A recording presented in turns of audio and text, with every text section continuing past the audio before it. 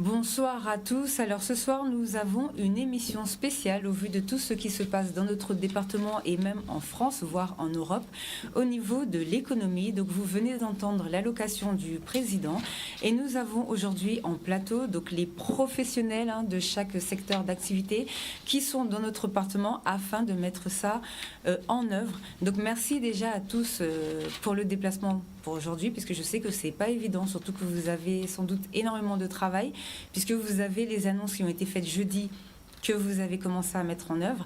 Et là, vous avez donc la continuité en fonction de ce qui a été dit ce soir, que vous devez bien orchestrer, si je puis dire, de manière à ce que tout se passe pour nos entrepreneurs guadeloupéens. Donc pour commencer, déjà, nous avons Monsieur Sébastien Lafont. Bonsoir. Donc déjà, comme je disais, merci. Vous êtes directeur de l'Office du tourisme international de la Riviera du Levant. Intercommunal. Alors oui, effectivement. Effectivement. Alors déjà, merci d'être venu. Alors nous, on vous a demandé de parler un petit peu, parce que c'est vrai que la Riviera du Levant, c'est beaucoup de lits. Donc c'est beaucoup de personnes touchées, et il faut savoir que lorsque l'office, enfin à votre niveau, est touché, c'est tous les secteurs d'activité ensuite, que ce soit la restauration ou bien vraiment tous les services en sous-traitance même, si je puis dire, vous allez nous expliquer ça tout à l'heure, qui sont aussi directement impactés. Alors à côté de vous, c'est Monsieur Gabriel Foy. Bonsoir. Bonsoir. Alors monsieur, vous êtes président de la Chambre des métiers de l'artisanat de la Guadeloupe. Tout à fait. Vous êtes déjà venu en plus sur notre plateau. Nous avons fait un bilan sur l'économie au mois de décembre. Donc là, je sais qu'au niveau de la Chambre, vous avez mis des choses en place pour les artisans. Donc vous allez pouvoir un petit peu nous expliquer comment est-ce que tout ça sera fait, comment les artisans vont avoir ces informations et quel accompagnement vous avez décidé de mettre en place pour eux. À côté de vous, donc bonsoir, Monsieur Fayel. Bonsoir. Alors, Monsieur Fayel, vous êtes vice-président de l'UDF-MEDEF Guadeloupe. L'UDE-MEDEF, l'Union des entreprises MEDEF Guadeloupe. D'accord, donc l'UDE-MEDEF Guadeloupe. Donc vous, c'est la première fois que l'on vous reçoit. Alors, je sais aussi qu'il y a quelques semaines, il me semble, en fin de semaine peut-être, au niveau du MEDEF, une demande avait été faite suite à la crise, puisqu'il y avait déjà beaucoup de problèmes en termes d'économie. Donc on verra si vous pouvez nous en parler et quelles sont les retombées pour nous au niveau de notre secteur d'activité. Et à côté de vous, nous recevons Monsieur Nicolas Vion. Alors bonsoir, vous êtes président du groupe hôtelier et touristique de la Guadeloupe. Donc c'est vrai que les hôtels et vraiment le tourisme, c'est le premier secteur pour le moment qui est impacté chez nous. Donc vous allez nous dire un petit peu comment ça va se passer et qu'est-ce que vous pensez qu'on pourra mettre en place pour pallier à toutes ces choses. Alors déjà, avant de commencer, je tiens à vous préciser que nous avons respecté ici à Canal 10 les mesures de précaution qui ont été demandées, c'est-à-dire que le plateau a été nettoyé et nous utilisons des produits antiseptiques de manière à pouvoir tuer le virus, donc même dans l'air. Et les invités ont dû se laver les mains pour arriver en plateau. Donc ça, ce sont les gestes barrières. Et les gestes barrières, ce sont c'est la première chose qui a été rappelée ce soir pendant le discours, donc pendant l'allocation du président. Alors ma première question est que pensez-vous de la situation et quelle a été votre réaction lorsque vous avez entendu les premières annonces, parce que je sais que vous avez tout de suite commencé à travailler, d'ailleurs vous êtes toujours actuellement en train de le faire. Quelle a été votre première réaction pour maintenir au mieux l'économie guadeloupéenne? Vous pouvez répondre, Monsieur Foy, parce que je sais que vous faites pas mal de choses avec les artisans. Effectivement, c'était surtout tout d'abord de rassurer les artisans. Oui. Les rassurer, parce que depuis quand même 15 jours, nous avons surtout des organisations des taxiteurs qui sont inquiets. Depuis, je dis même 3 semaines, sur le port, sur l'aéroport, l'activité a vraiment baissé. Donc nous avons trouvé des solutions pour eux, pour les rassurer, pour prendre aussi en compte leurs doléances et faire remonter des informations à notre chambre consulaire, à la PCMA France et aussi au ministère. Et effectivement, là aujourd'hui, les mesures commencent à tomber, que je vais étayer tout à l'heure. Mais c'est vrai que quand même, c'est une crise mondiale. Oui. Donc nous ne sommes quand même pas épargnés. Nous devons prendre toutes les mesures nécessaires afin d'éradiquer ce virus, parce que, comme l'a dit le président tout à l'heure, c'est une guerre. Nous sommes contre une guerre qui est invisible. Oui. C'est ce qu'il y a C'est programme. une épidémie, exactement. C'est une épidémie, donc c'est une première pour les Antilles. Et le monde économique que nous sommes, nous allons être impactés de plein fouet. Oui. Et moi, en tant que président, c'est surtout de rassurer que les artisans, nous devons trouver des solutions ensemble. Et aussi, l'État doit prendre toutes ses parts de responsabilité vis-à-vis de ça, parce que après ce virus, comme on dit, on risque de se retrouver sur une crise économique. Oui, alors justement, rapidement, parce qu'après on va revenir dessus, est-ce que les marchés seront maintenus ?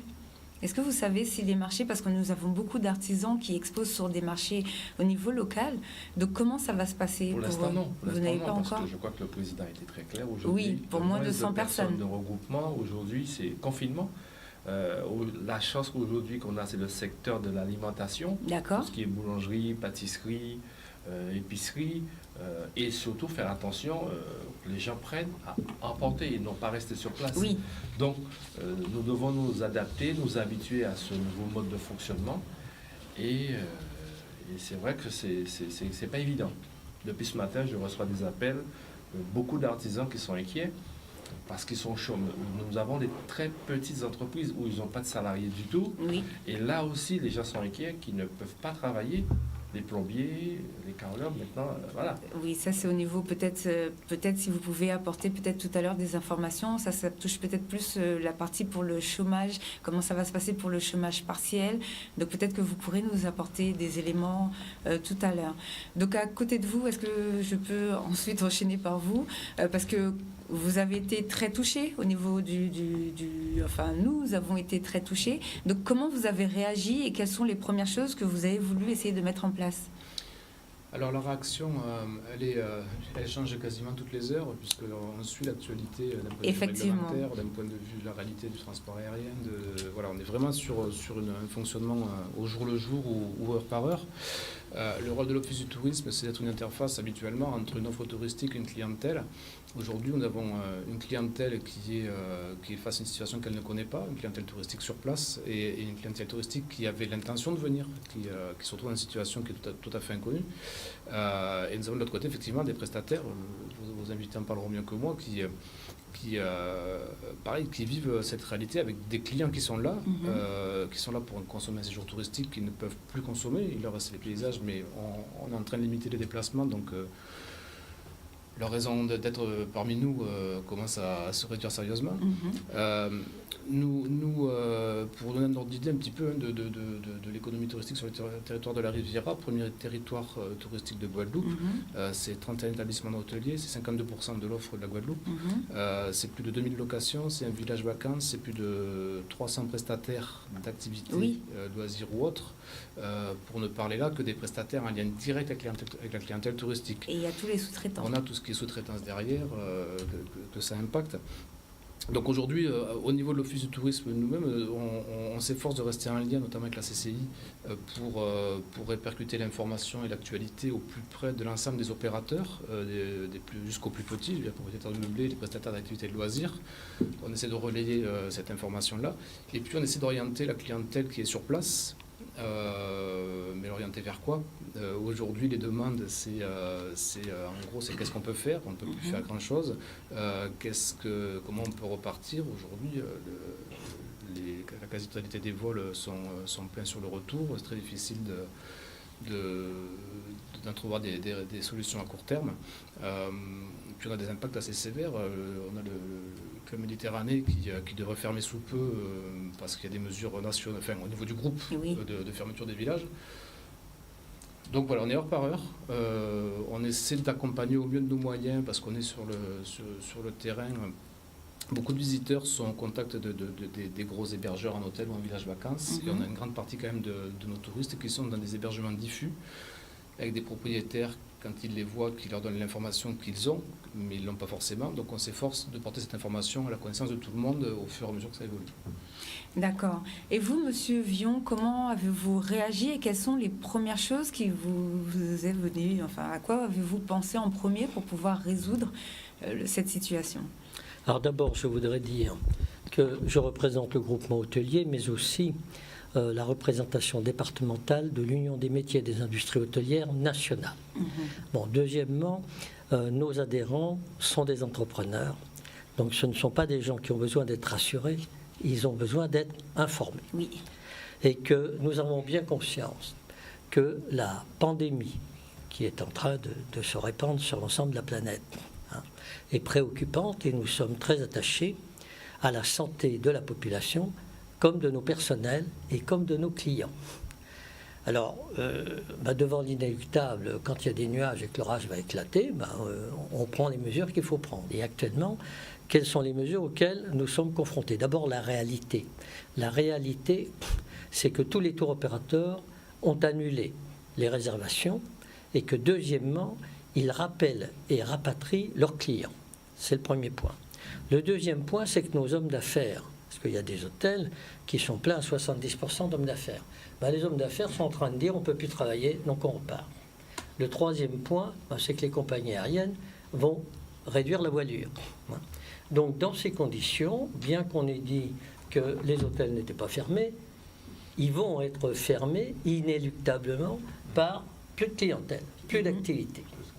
Donc il faut regarder prioritairement par rapport à nos personnels et par rapport à l'entreprise ce qu'il y a lieu de faire. Alors par rapport au personnel, bien sûr, on nous annonce des mesures de chômage partiel. Encore que j'aimerais bien qu'on me définisse la différence entre le chômage technique et le chômage partiel. Oui. Parce qu'un chômage partiel qui est à 100% quand l'entreprise est fermée, est-ce qu'il est vraiment partiel? Bien, c'est le premier point. Deuxièmement, on nous dit que les salariés vont être confortablement indemnisés. Moi, je lis les notes. Et qu'est-ce qu'elles me disent, les notes? Elles me disent que les salariés seront indemnisés à 70% du brut, ce qui correspond à 84% du net. Donc déjà, il y aura une perte de pouvoir d'achat. Deuxièmement, que les entreprises devront compléter cette indemnité à hauteur minimale du SMIC, c'est-à-dire que l'entreprise va devoir faire un effort. Troisièmement, la masse salariale d'une entreprise, elle va de 25 à 50%. Mais prenons une moyenne nationale, ce qui n'est pas le cas dans les Antilles, de 32%, puisque dans l'hôtellerie, la moyenne est plutôt à 41%. Si on vous indemnise de 70% d'une masse salariale, il n'en demeure pas moins qu'il vous reste des charges. Parce que vous continuez à payer votre abonnement d'électricité, votre abonnement d'eau, votre taxe professionnelle, votre taxe foncière, etc. Et que pour l'instant, aucune indemnité n'a été prévue pour compenser ces pertes de charges que va supporter l'entreprise. Donc ce qu'il faut se dire calmement, mais lucidement, c'est que les entreprises vont avoir des pertes de chiffre d'affaires considérables, mais surtout des pertes de marge.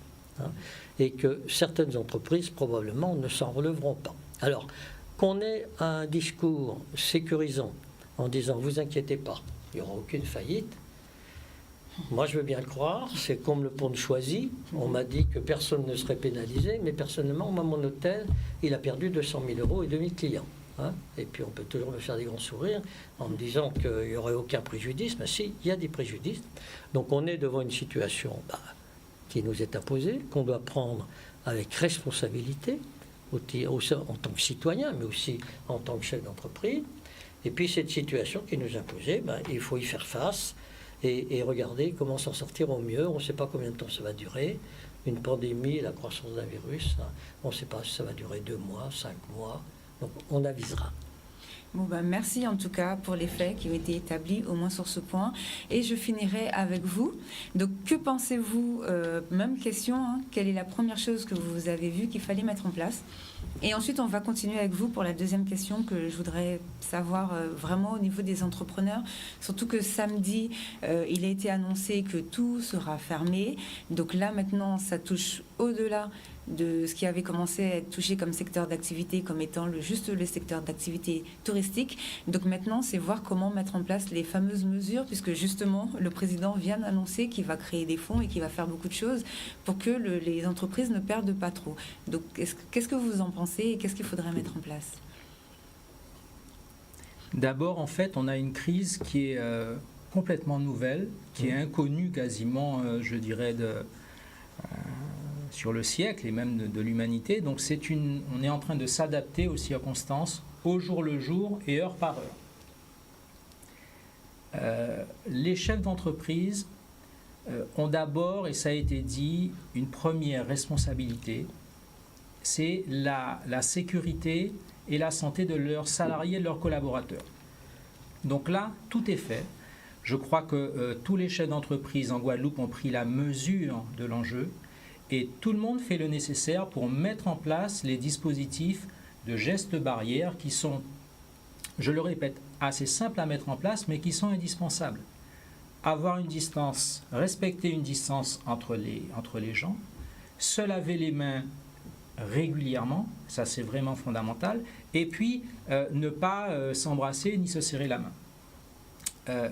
Je crois que ça, il faut le mettre en place. En fait, c'est quoi? Notre enjeu, il est aujourd'hui de limiter la propagation du virus en Guadeloupe. Il faut quand même remettre les choses dans leur contexte. La maladie, elle va toucher un certain nombre de personnes, c'est inéluctable. Et 98% d'entre elles n'auront rien. Oui, c'est pour ça. Oui. Donc pour l'instant, nous ne sommes pas encore directement impactés, mais on sait déjà qu'on va subir, qu'on commence à subir une crise majeure d'une, extrêmement importante, sans doute très courte, mais qu'on ne sait pas, qu'on ne maîtrise pas pour l'instant. Oui. Donc les chefs d'entreprise, en fait, ils sont sur le pont. Et c'est eux qui sont en première ligne dans les entreprises pour pouvoir passer cette vague, pour la surmonter. Donc ils vont mettre en place déjà pour leurs salariés et leurs collaborateurs toutes les mesures nécessaires. Parce que l'idée, le principe, c'est de franchir la vague. Et on va la franchir. Il n'y a pas de raison. La force du monde économique et des chefs d'entreprise, c'est d'être résilient. On va s'adapter et il faut passer le cap. Okay.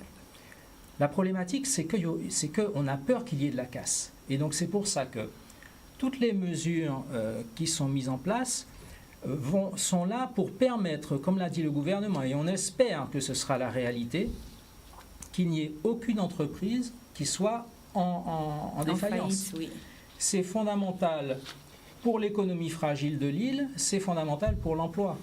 Donc, on a des secteurs qui sont déjà très lourdement impactés. L'hôtellerie est massivement impactée. Et lorsqu'on dit, alors je précise, voilà, quand on dit hôtellerie, c'est tout ce qui en découle. L'événementiel, les artisans. Donc, on va avoir beaucoup d'activités qui vont être impactées. Donc, il est important de prendre toutes les dispositions pour passer le cap. Et donc, effectivement, on fera un petit peu la liste. Donc, le gouvernement semble vouloir accompagner le monde économique. Je rappelle quand même, il n'y a pas...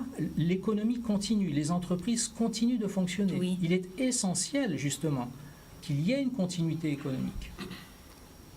Il en va de la structure même sociale. Donc, pour l'instant, il n'est pas annoncé d'arrêt des activités économiques. Donc, c'est à nous de mettre en place tous les dispositifs pour permettre aux salariés et à nos collaborateurs de travailler dans les conditions correctes de façon à limiter la propagation de ce virus. Oui, par exemple, le télétravail, c'est une des premières mesures qui a été annoncée par le gouvernement. Ouais, comment vous pensez que ça peut être mis en place concrètement chez nous ? Écoutez, c'est très variable. Il y a des entreprises qui sont organisées, il y en a d'autres qui ne peuvent pas. Donc, chacun va s'adapter, encore une fois. Quand c'est possible, on le fait. Il y a plein d'entreprises qui ont besoin d'avoir de la manipulation de marchandises, du transport, de la livraison. Ça, on ne peut pas le faire à distance. Donc ça, il y aura malgré tout des opérations qui vont continuer à être faites. Encore une fois, en respectant les règles, les gestes barrières que je viens d'énoncer, ça va continuer. Il va falloir impérativement qu'on poursuive au maximum l'activité économique et qu'on protège tout ce qu'on peut protéger. D'accord, merci d'avoir répondu. Nous aurons une brève page publicitaire et on revient tout de suite avec la pub avec vous. On va voir ce qui a été mis en place pour les artisans, Monsieur Foy. Merci.